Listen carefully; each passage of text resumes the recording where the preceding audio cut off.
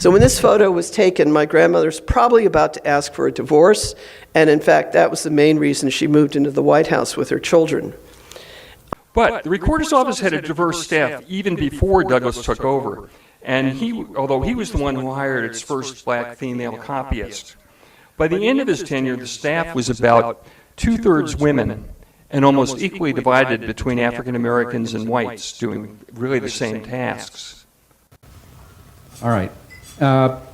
Harold C. Fox, the Chicago clothier and sometime big band trumpeter who claimed credit for creating and naming the zoot suit with the reed pleat, the reeve sleeve, the ripe stripe, the stuff cuff, and the drape shape that was the stage rage during the boogie-woogie rhyme time of the 1940s, died at his home in Sarasota.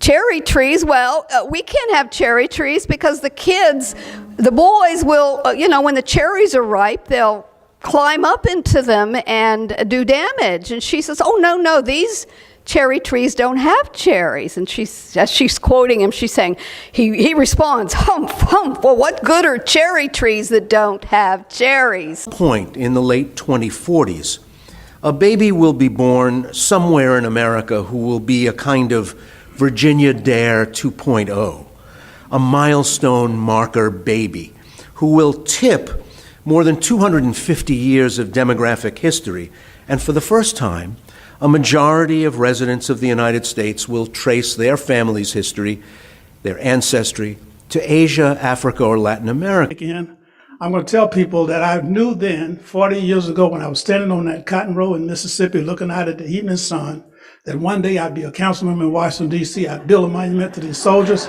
I'd put it up at U Street Northwest, and people would come from all over the world to see it.